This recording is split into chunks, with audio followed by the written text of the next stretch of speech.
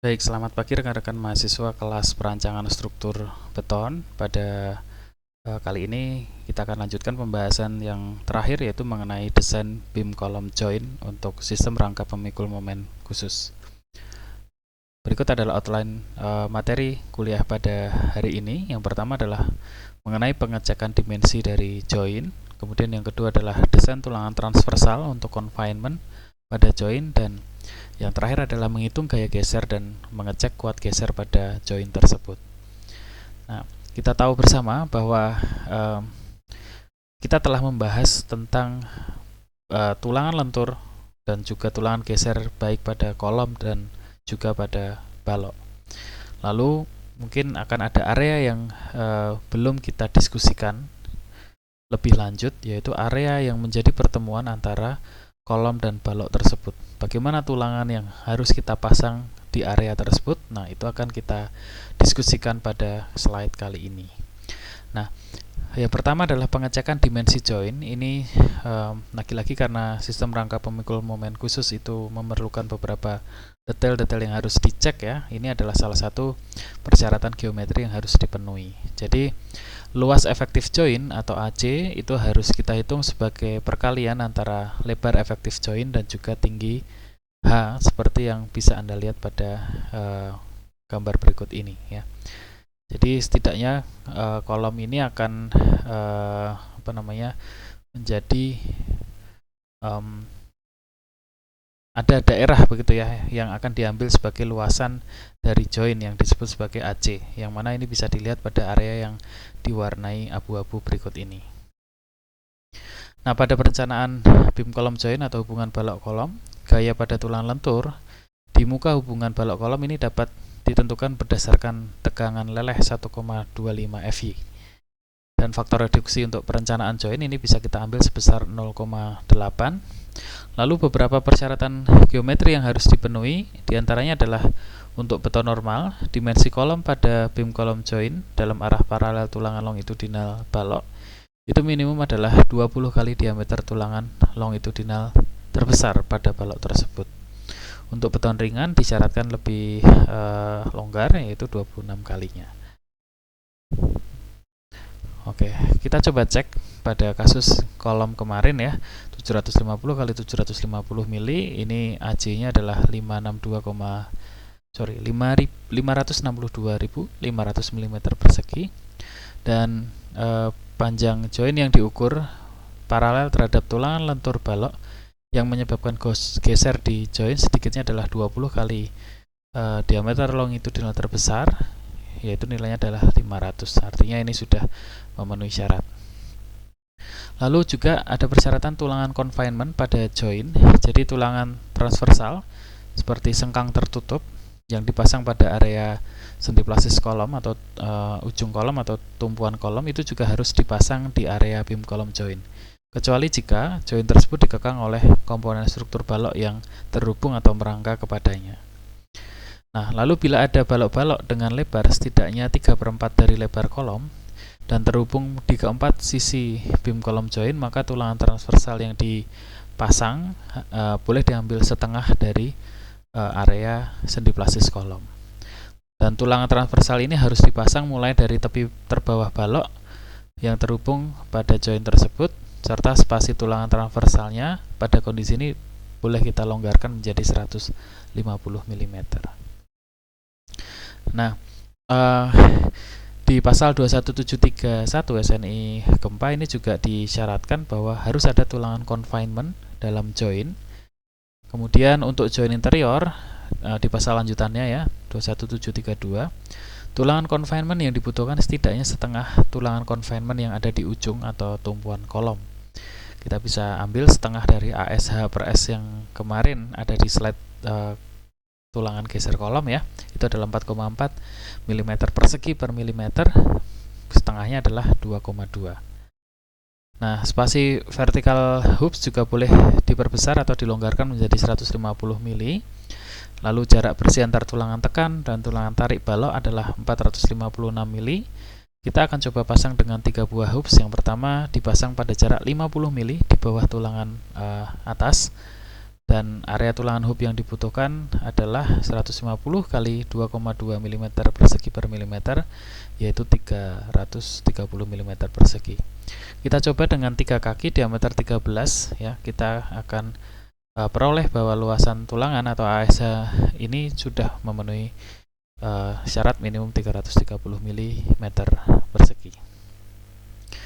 Nah, setelah kita dapatkan desain tulangan confinement di join, di mana tadi adalah 3D13 yang kita pasang dengan jarak 150 mili, kita akan coba cek apakah dia juga mampu menahan gaya geser yang terjadi di join tersebut. Nah, berikut adalah keseimbangan gaya baik momen ataupun geser yang terjadi di beam column join, dan beam column join sendiri akan bisa terjadi beberapa kemungkinan. Gambar yang sisi atas ini adalah untuk lantai selain rooftop ya, dan bisa saja join tersebut akan terhubung dengan 4 balok seperti berikut ini, atau 3 balok, atau 2 balok, atau juga pada rooftop di mana kolomnya sudah berhenti di sana, bisa terhubung dengan 4 balok, 3 balok, ataupun 2 balok seperti gambar yang disajikan berikut ini. Nah, keseimbangan gaya yang disajikan di sini nanti harus melibatkan adanya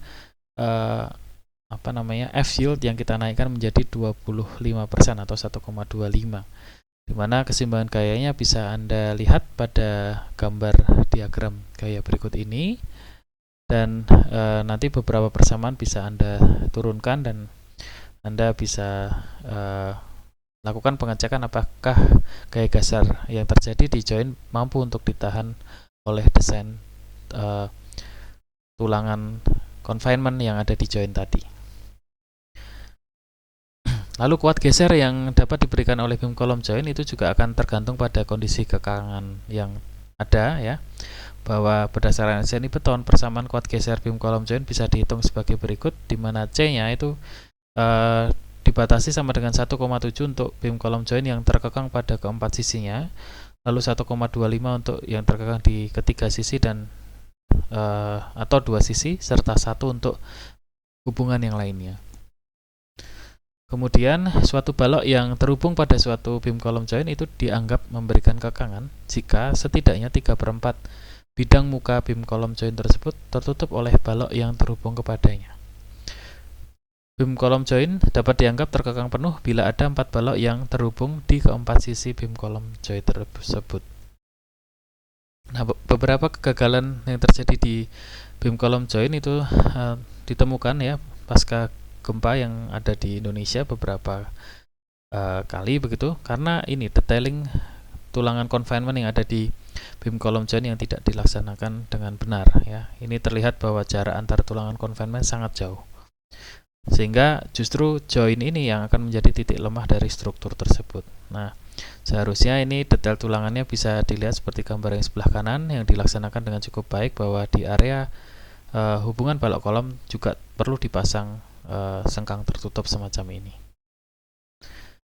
Nah, kemudian cara mengevaluasi geser, kita perlu meninjau suatu join di atas kolom yang kita desain maupun di bawah kolom yang kita desain, lalu dengan prinsip keseimbangan gaya ya, gaya tekan dan gaya tarik, di mana gaya tariknya melibatkan adanya F-yield yang dikalikan dengan 1,25 tadi.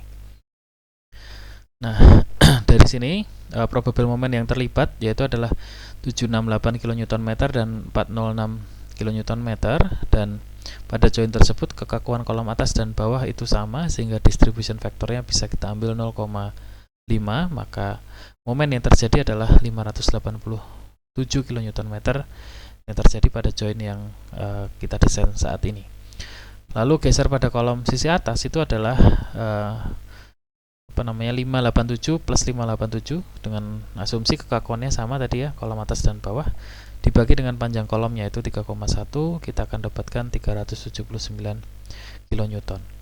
Lalu di bagian lapis atas balok, baja tulangan yang dipakai adalah 2D22 plus 6D25, AS-nya sebagai berikut, sehingga kita bisa hitung gaya tarik yang dan gaya tekan yang bekerja pada